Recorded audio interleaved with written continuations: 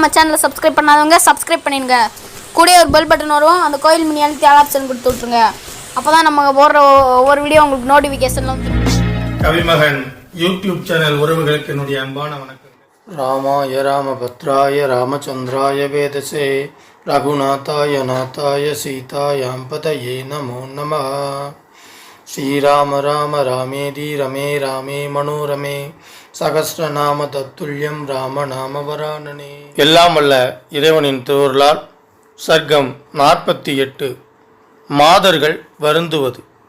இவ்வாறு மிகவும் கவலைப்பட்டவர்களாய், மிகவும் மனவேதனையால் தாக்கப்பட்டவர்களாய், கண்ணீர் ததும்பிய கண்களை உடையவர்களாய், சோகம் தாங்காமல் உயிரை விட விரும்பியவர்களாய் ராமனை பின்தொடர்ந்து சென்று அவன் இல்லாமல் திரும்பி வந்தவர்களுடைய ஆத்மாக்கள் உடலை விட்டு நீங்கியவை போல் ஆயின. அவர்கள் தத்தம் இல்லங்களில் புகுந்து கொண்டு மகன்கள் மனைவிகளால் சூழப்பட்டு கண்ணீர் பெருக்கினார்கள். அவர்களுடைய முகங்கள் கண்ணீரால் மறைக்கப்பட்டதாயின. அவர்களுடைய சரீரத்தில் ஆனந்த வெளிப்பாடு எதுவும் இல்லை. மனத்தில் மகிழ்ச்சி இல்லை. வணிகர்கள் கடையை திறக்கவில்லை. வியாபாரம் நடைபெறவில்லை. இல்லறத்தார்கள் சமையல் செய்யவில்லை.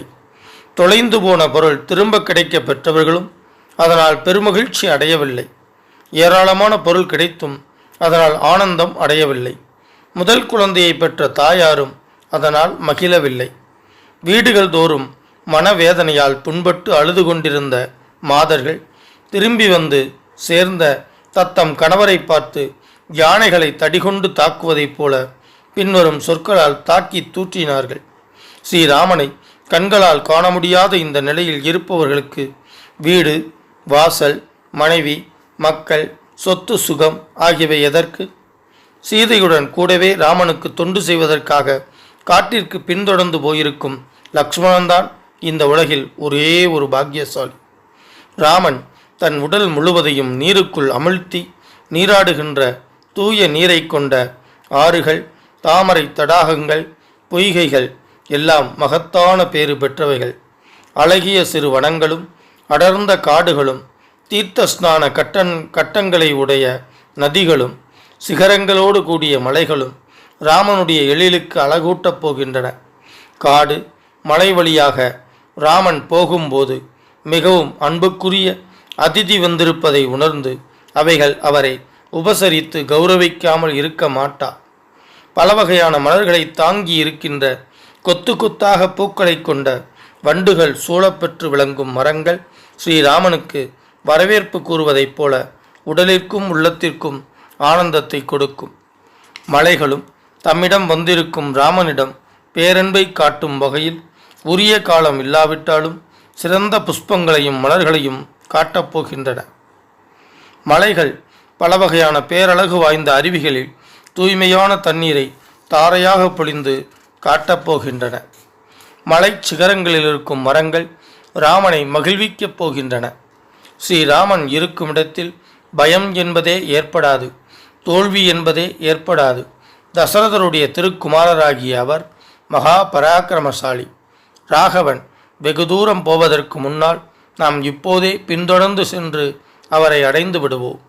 மேன்மை பொருந்திய அந்த மகாத்மாவனுடைய திருவடி நிழல் நமக்கு நிகரற்ற சுகம் அருளக்கூடியது.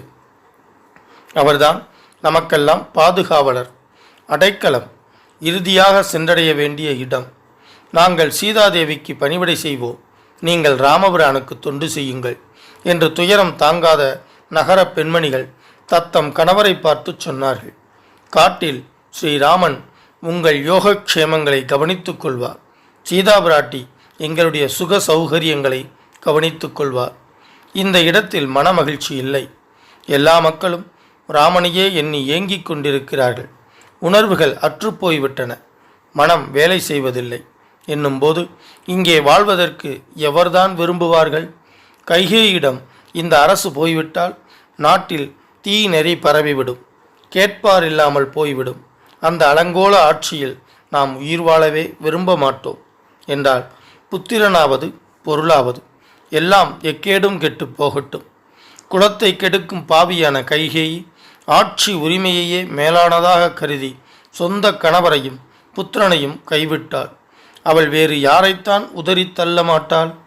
மகன் மேல் ஆணையிட்டு சொல்கிறோம், கைகேயி உயிரோடு இருக்கும் வரையில் அவள் ஆட்சி செலுத்தி கொண்டிருக்கும் நாட்டில் நாங்கள் வாழ மாட்டோம். இரக்கமே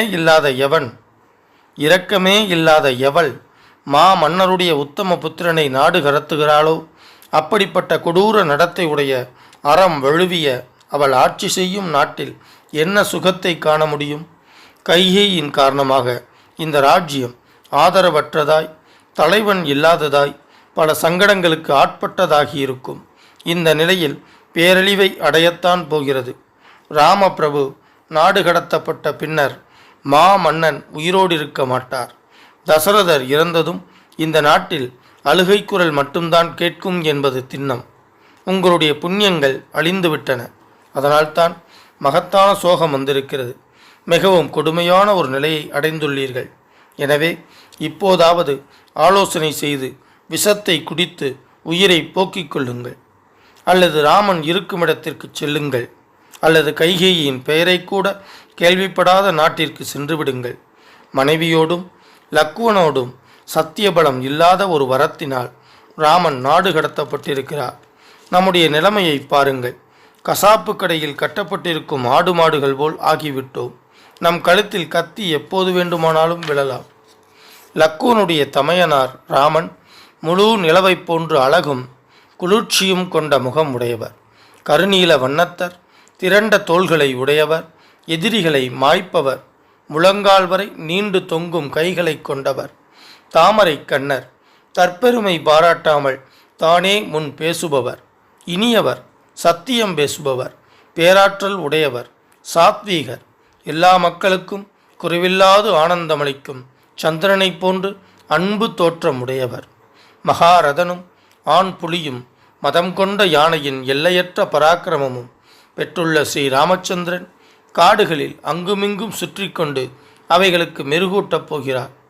பட்டணத்தில் நகர பெண்கிறீர் மேற்கூறியவாறு புலம்பி துக்கத்தால் பரிதவித்து யமன் வந்துவிட்டார் போன்ற பயத்தால் உறக்க அழுதார்கள். இவ்வாறாக தத்தம் வீடுகளில் இருந்தவாறே ராமனை குறித்து பெண்கள் புலம்பிக் கொண்டிருக்கையில் சூரியன் அஸ்தமனத்தை அடைந்தார். இரவு விரைவாக வந்தது.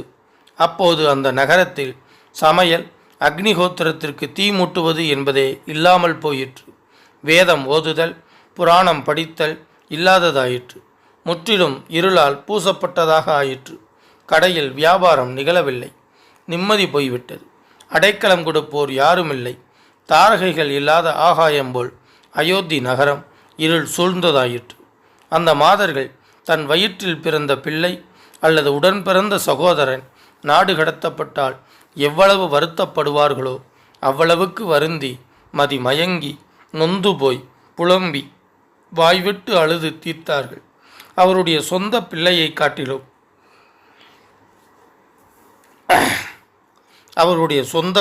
காட்டிலும் மிகவும் காசத்திற்குரியவனாக இருந்தான் ஸ்ரீராமன். அப்போது பாடல், திருவிழா, நடனம், வாத்திய இசை முதலியன இல்லாததாக, உற்சாகம் குன்றியதாக, கதவு மூடிய வணிக நிலையங்களை உடையதாக ஆகிவிட்ட அயோத்தி மாநகரம் நீர் கண்டி போய்விட்ட கடல் போல் வெறிச்சென்று காணப்பட்டது. ஸ்ரீமத் வால்மீகி ராமாயணம் அயோத்தியா காண்டத்தில் 48வது சர்க்கம் முற்றிற்று. வான்முகில் வளாது பெய்க, மலை வளம் சுரக்க, மன்னன் கோன்முறை அரசு செய்க, குறைவில்லாதுயிர்கள் வாழ்க, நான் மறை அறங்கள் ஓங்க, நற்றவம் வேள்வி மல்க, மேன்மைகொள் சைவநீதி விளங்குக உலகமெல்லாம். ஸ்ரீமத் ராமாயணத்தை அனுதினமும் படிப்பதால், அனுதினமும் கேட்பதால் மனதிலும் செயலிலும் அமைதி உண்டாகும். இப்பூவுலக வாழ்வில் நிறைவு உண்டாகும். 7 தலைமுறைக்கும் மங்களம் உண்டாகும். ஸ்ரீமத் ராமாயணத்தை அனுதினமும் ஸ்ரத்தாபக்தியோடு இடைவிடாது சிந்திப்பவர்கள் பூரண சுகம் உடையவராக நோயற்ற தேகத்தோடு நன்மையையே அனுபவிப்பர். இறைவனின் அருளால் சிறு துன்பங்கள் கூட இல்லாமல் இன்பமுடையவராக வாழ்வர். மேலும் ஆயுள் விருத்தி அடைவார்கள். தன லாபம் பெறுவார்கள். பிரிந்த குடும்பம், பிரிந்த உறவுகள் ஒன்று சேரும். அவர்கள் இல்லங்களில் சுப காரியங்கள் நிகழும். அவர்கள் இல்லத்தில் தானிய விருத்தி அடையும். பில்லி சூன்யம் வேரோடு அழியும். தீரா கடன் தீரும். உறவுகள் பலப்படும். புதிய புதிய முயற்சிகளில் வெற்றி பெறுவர். எடுத்த காரியங்களெல்லாம் ஜெயம் உண்டாகும். யம பயம் நீங்கும். பேய் பிசாசு போன்ற அச்சம் நீங்கும். அசுர சக்திகள் துஷ்ட சக்திகள் உங்கள் பார்வையில் நாசமாகும். எதிரிகள் மற்றும் பகைவர்கள் தெரித்து ஓடுவார்கள். எங்கெல்லாம் இராமாயண சப்தம் ஒலிக்கின்றதோ, எங்கெல்லாம் ஸ்ரீமத் இராமாயண சப்தம் ஒலிக்கின்றதோ அங்கெல்லாம் மேகங்கள் உரிய காலத்தில் மழையை பொழியும். பூமி அதிக விளைச்சல் கண்டு செழித்து வளரும். பஞ்சம் பட்டினி இல்லாமல் இவ்வுலகம் செழிக்கும். மக்களுக்கு நலம் பெருகும். இம்மண்ணை ஆளும் அரசர்கள் அறவழியில் ஆட்சி நடத்துவார்கள். அதர்மமாய் ஆட்சி நடத்தினால் புகழை இழப்பார்கள். எக்காலத்திலும் பிராணிகளுக்கும் கற்றறிந்தவர்களுக்கும் நன்மையே உண்டாகும். கெட்டவர்கள் அனைவரும் நல்லவர்கள் ஆவார்கள். நல்ல உள்ளம் படைத்த பெரியோர்களும் சான்றோர்களும் அமைதியையும் ஆனந்தத்தையும் பெறுவார்கள். மனம் உருகி வேண்டுவதும் அவர்களுக்கு வேண்டியதும் கிடைக்கும். சுபகாரியம் நிகழும். மக்கட்பேறு அடைவர். வம்பு வழக்குகளில் பிரம்மாண்டமான வெற்றி கிட்டும். வாழ்வின் நிறைவில் பேரின்ப பேரளிக்கும் மோட்சம் கிட்டும். மூர்த்தி எல்லாம் வாழி எங்கள் மோனகுருவாழி, அருள் வார்த்தை என்றும் வாழி, அன்பர் வாழி பராபரமே. ஓம் சாந்தி சாந்தி சாந்தி. ஹரி ஓம். பாரதி சொன்ன மாதிரி 8 திக்குகளிலும் இந்த தமிழை கொண்டு சேர்க்க வேண்டும் அப்படின்னா நீங்க சப்ஸ்கிரைப் பண்ணணும், லைக் பண்ணணும், கமெண்ட்ஸ் பண்ணணும். நன்றி, வணக்கம். வரைக்கும் நம்ம சேனலை சப்ஸ்கிரைப் பண்ணாதவங்க சப்ஸ்கிரைப் பண்ணிடுங்க. கூடவே ஒரு பெல் பட்டன் வரும், அந்த கோயில் மணி அழுத்தி ஆல் ஆப்ஷன் கொடுத்து விட்ருங்க. அப்போ தான் நம்ம போடுற ஒவ்வொரு வீடியோ உங்களுக்கு நோட்டிஃபிகேஷனில் வந்துடும்.